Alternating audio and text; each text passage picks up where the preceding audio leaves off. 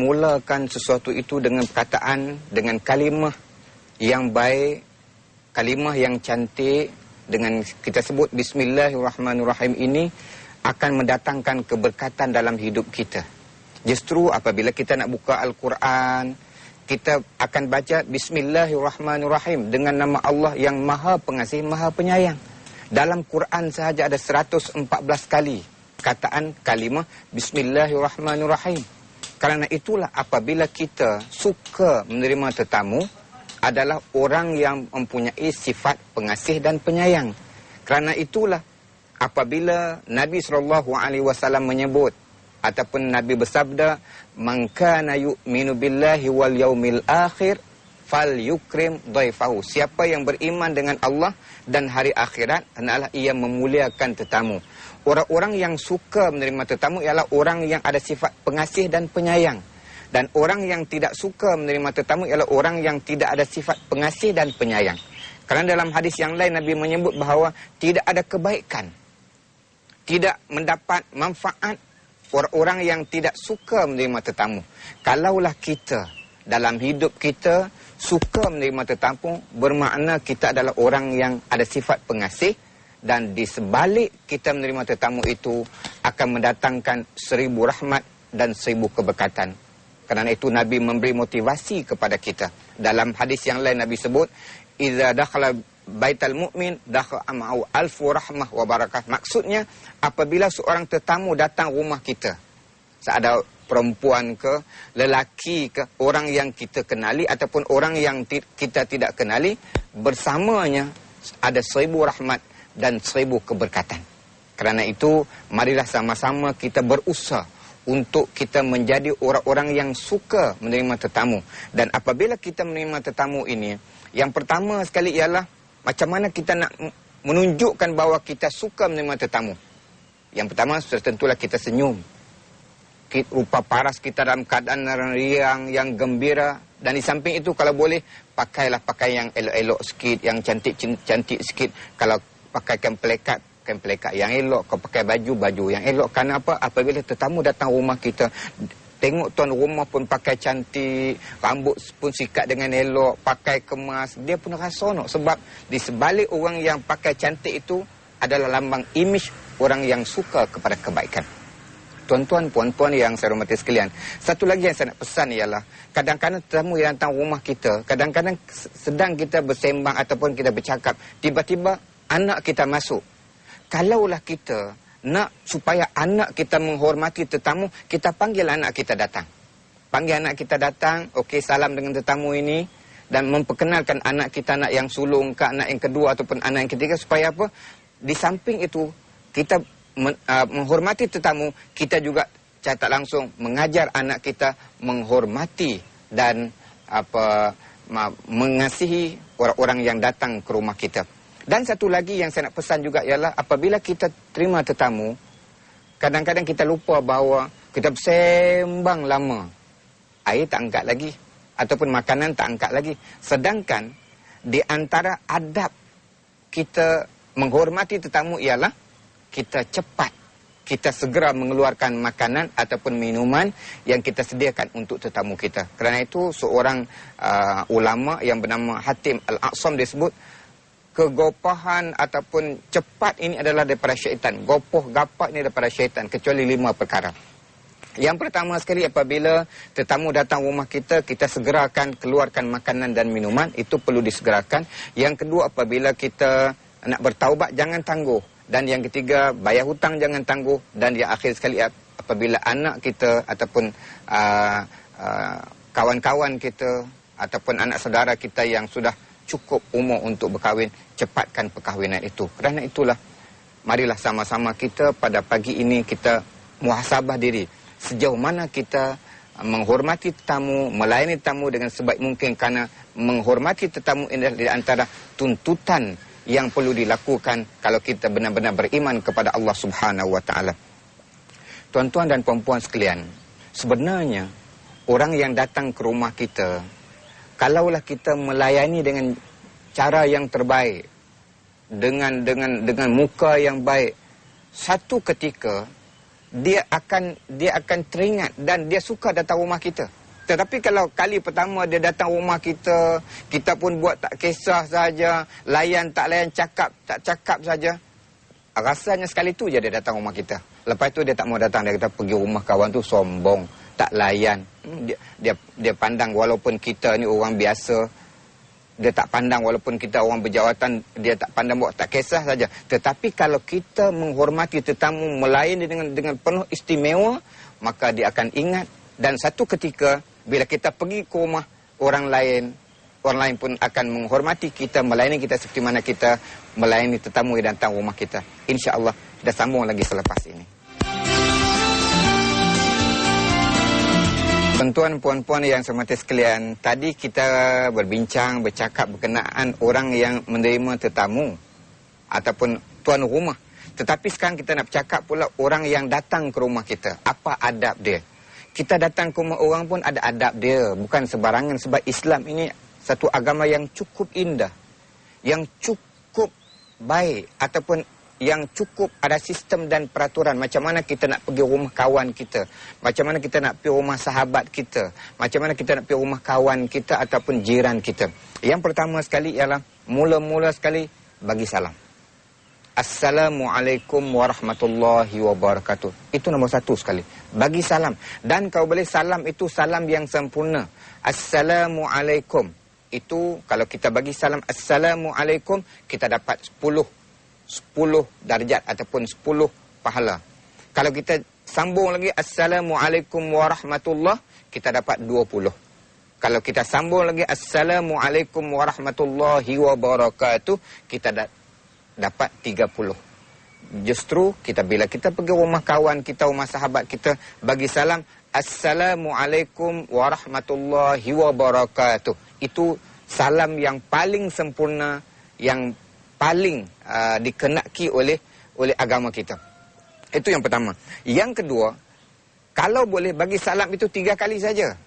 Jangan Assalamualaikum warahmatullahi wabarakatuh. Tunggu sekejap. Assalamualaikum warahmatullahi sampai berpuluh-puluh kali ataupun 5-6 kali. Cukup 3 kali saja bagi salam.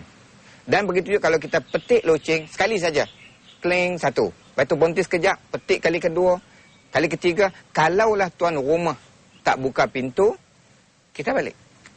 Jangan kita tunggu, kita kata, tengok, kereta ada, motor ada, basikal ada, kasut ada. Kita tawaf rumah dia pula melalui tingkap. Itu bukan adab yang diajar oleh agama kita. Cukup bagi salam 3 kali, petik loceng pun 3 kali saja. Itu yang pertama. Yang kedua, bila kita bagi salam, kita ketuk pintu, kalau boleh jangan duduk depan-depan pintu. Kita duduk sebelah kanan sikit ataupun sebelah kiri sikit, supaya bila sahabat kita buka pintu, kita tak nampak ke dalam terus. Ini adab dia. Kau boleh bila sahabat kita buka pintu saja, kita hanya nampak dia saja. Tapi kalau kita duduk depan-depan pintu tu, kalau dia buka pintu, kita akan nampak sampailah ke dapur. Ini boleh menjatuhkan ataupun menimbulkan perasaan yang tidak puas hati ataupun tak seronok kepada ahli keluarga rumah yang kita nak pergi. Itu yang kedua. Yang ketiga, bila kita bagi salam, kita petik loceng, kalau boleh jangan menunjukkan keadaan yang sombong. Bercakap pun, bagi salam pun dalam keadaan yang kita seronok datang ke rumah. Kadang-kadang bagi salam pun, dengar pun, Assalamualaikum. Macam nak jerekah saja, macam nak herdik saja, macam nak tengking saja. Tuan rumah pun rasa tak selesa. Dan kalau ketuk pintu pun sama juga. Jangan ketuk terlalu kuat. Cukuplah ketuk dalam keadaan yang sederhana. Supaya jangan tuan rumah tu terkejut. Kalau dia sakit jantung, bahaya kepada diri tuan rumah. Yang keempat, kalau boleh kita pergi rumah kawan, kita bertamu ke rumah orang lain. Yang keempat, kalau boleh jangan duduk lama sangat. Lebih-lebih lagi kalau kita pergi ziarah itu pula, kita pergi pula tu ada ahli keluarga ataupun ahli rumah itu dia sakit. Dia sakit, dia tak selesa. Kau boleh jangan lama. Cukup dalam keadaan yang waktu yang sederhana, kerana Nabi bersabda zur ghibban tazdad hubban. Maknanya kita pergi tu jangan selalu pergi. Kau tiap-tiap hari nak pergi. Hari ni pergi, besok pergi, lusa pergi, dan pergi tu bila duduk lama.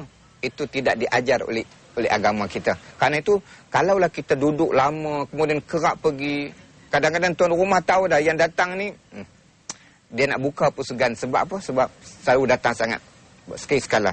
Yang kelima, kalaulah kita masuk dalam rumah, kemudian tuan rumah itu tunjuk tempat yang kita nak duduk, silakan duduk di sini. Jangan kita pergi ke tempat lain. Duduk di tempat yang telah ditetapkan oleh tuan rumah. Jangan dia kata duduk sini, kita duduk kat sana. Tak boleh. Sebab itu akan menimbulkan suasana ataupun perasaan yang tak seronok dalam hati tuan rumah. Bila duduk sini, kita duduk di situ. Dan kalau bila duduk itu, jangan kita pergi sana, tengok sini, tanpa minta kebenaran dulu. Jangan. Minta kebenaran dulu. Kalau nak tengok, oh, saya nak tengok gambar ni, boleh tak?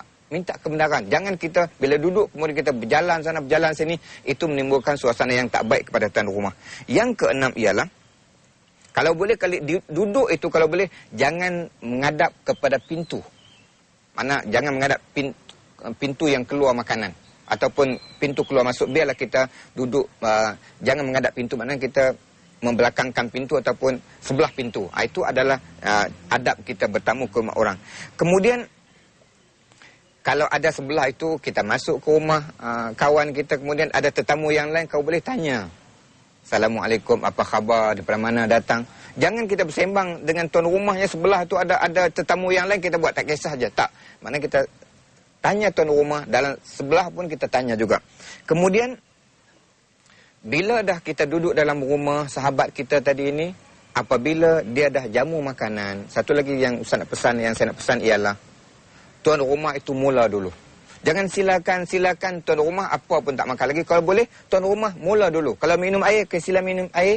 Dan tuan rumah, dia minum dulu. Barulah tetamu yang datang itu tidak segan untuk memulakan jamuan ataupun nak minumkah, nak makankah. Itu di antara adab yang boleh kita lakukan dalam kita menerima tetamu. InsyaAllah, kita sambung lagi selepas ini. Tetamu, sebenarnya kita kena tahu bahawa di sebalik kedatangan tetamu itu penuh dengan keberkatan dan penuh dengan rahmat daripada Allah Subhanahu Wa Taala.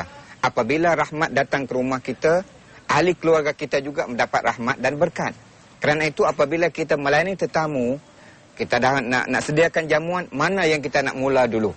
Mengikut apa yang Imam Al-Ghazali sebut dalam buku, dia kata kalau boleh kita mula-mula sekali kita nak angkat makanan itu, disuruh kepada kita angkat dulu buah-buahan. Kerana buah-buahan kita angkat pisang ke, limau ke, apple ke, anggur ke, ataupun sebagainya. Selepas kita angkat buah-buahan, kita angkat yang kedua ialah bau nasi. Dan last sekali ialah manisan ataupun kita kata kuih-muih. Tapi kalau buah pun tak ada, nasi pun tak ada, dan dia datang pun, kita jamulah apa yang sepatutnya. Karena itu kalau boleh, saya cadangkan supaya adakan buah. Sebab buah adalah makanan yang sangat baik dan sangat mendatangkan kebaikan kepada orang yang datang. Itu yang seterusnya. Seterusnya apabila kita dah menerima tetamu nak balik. Nak balik, pastikan tetamu yang nak balik, kita yang menjadi tetamu itu kena minta izin dulu. Jangan mentang-mentang dah makan, dah kenyang, minum pun dah, tiba-tiba balik begitu saja, tuan rumah pun dah tahu. Kena minta izin dulu. Minta izin, kata, terima kasih di atas layanan istimewa ni dan saya nak balik. Minta izin. Jangan mentang-mentang kita pergi, kemudian kita balik tanpa minta izin. Sebab ini akan menimbulkan perasaan yang tidak baik kepada tuan rumah. Minta izin. Kemudian tuan rumah pula, bila tetamu tu nak balik, kalau boleh, iringi dia sampai ke muka pintu. Kerana kalaulah kita iringi tetamu yang datang ke muka pintu, Allah, tetamu yang datang, dia rasa cukup bangga. Dia rasa cukup istimewa kerana dilayani seperti itu. Kalau boleh kita iringi dia sampai ke muka pintu. Kalau boleh sampai kereta dia nak naik, itu lagi baik.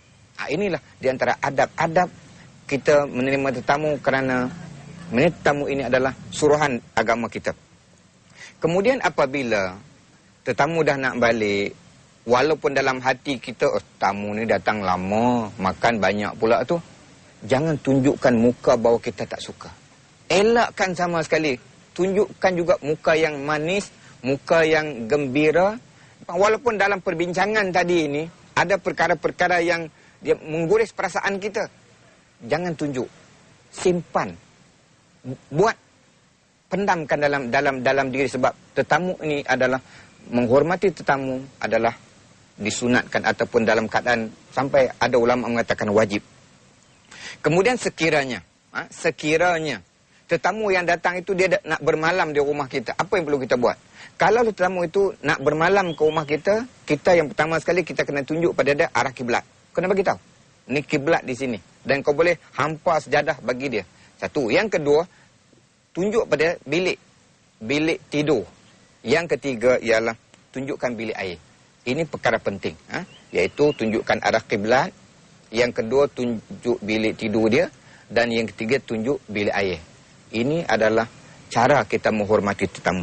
Kemudian, orang yang datang ke rumah kita tanya pula, berapa lama kita nak duduk rumah sahabat kita tadi?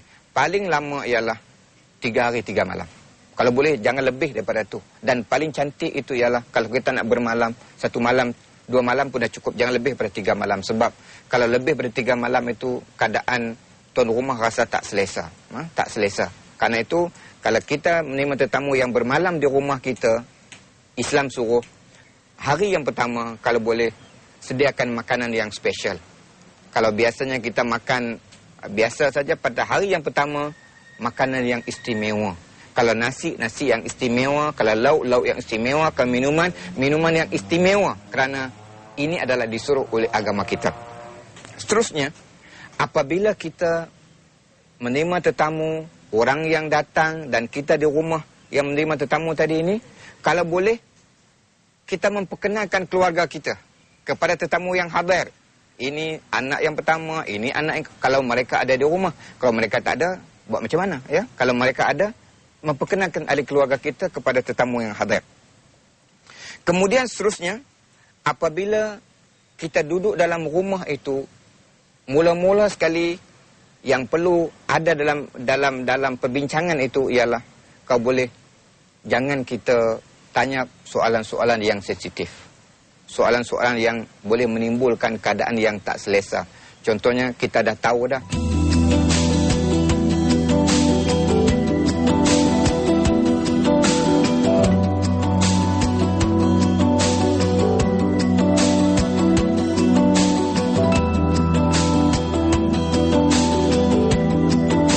Dalam hidup kita, kita kena jaga lebih-lebih lagi orang yang datang ke rumah kita. Dan kalau boleh, kalau rumah kita 2 tingkat. Rumah kita 2 tingkat, kalau boleh jangan bagi anak kita berlari di atas. Lebih-lebih kalau rumah kita tu rumah papan. Jangan berlari di atas, sebab di zaman Rasulullah SAW dulu, bila sahabat-sahabat datang ke rumah, sahabat yang lain, dia pesan kepada anak dia, kepada anak-anak yang duduk di tingkat atas, jangan berlari-lari. Sebab akan menimbulkan suasana yang tidak baik kepada tetamu yang hadir. Sama juga dalam keluarga kita, dalam rumah kita. Kalau rumah kita 2 tingkat, jangan bagi tahu kepada anak kita, jangan berlari di atas. Kalau berjalan pun, berjalan yang slow, yang perlahan, supaya jangan bunyi bising. Sebab bunyi bising itu menimbulkan suasana yang tidak baik kepada tetamu yang hadir. Tuan-tuan dan perempuan sekalian, oleh kerana itu, marilah kita di awal pagi ini dalam keadaan yang ceria, dalam keadaan yang bersemangat untuk mengharungi hari-hari seterusnya.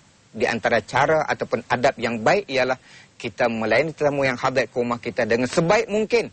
Sebab kemungkinan ini adalah layanan yang terakhir yang boleh kita beri. Kita tak tahu. Justru kita buat layanan yang terakhir. Lebih-lebih lagi kalau datang ke rumah kita ialah orang-orang yang rapat dengan kita, iaitu keluarga kita, adik-beradik kita sebelah, isteri kita sebelah kita ataupun sebagainya. Oleh kerana itu, marilah kita berazam, bercita-cita, dan kita berdoa pada Allah Subhanahu Wa Taala, semoga kita dimasukkan ke dalam orang-orang yang suka menerima tetamu dan memberi layanan terbaik kepada tetamu yang hadir ke rumah kita. InsyaAllah kita berjumpa lain masa lain ketika.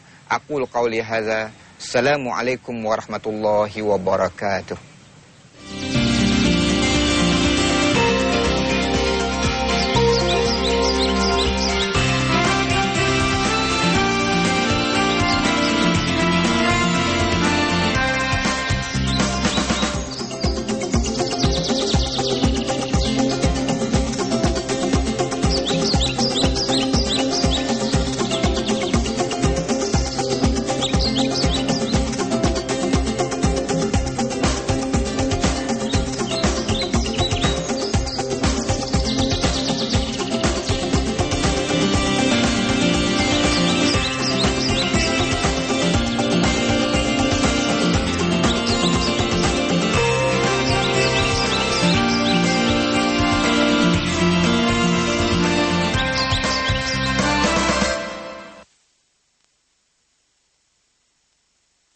tarian, bakat baru nasyid. Sertailah uji bakat di lokasi berikut. Hotel Mahkota Melaka, Ahad 8 Jun 2008. Waktu uji bakat adalah bermula pada 10 pagi hingga 6 petang. Syarat-syarat penyertaan adalah seperti berikut.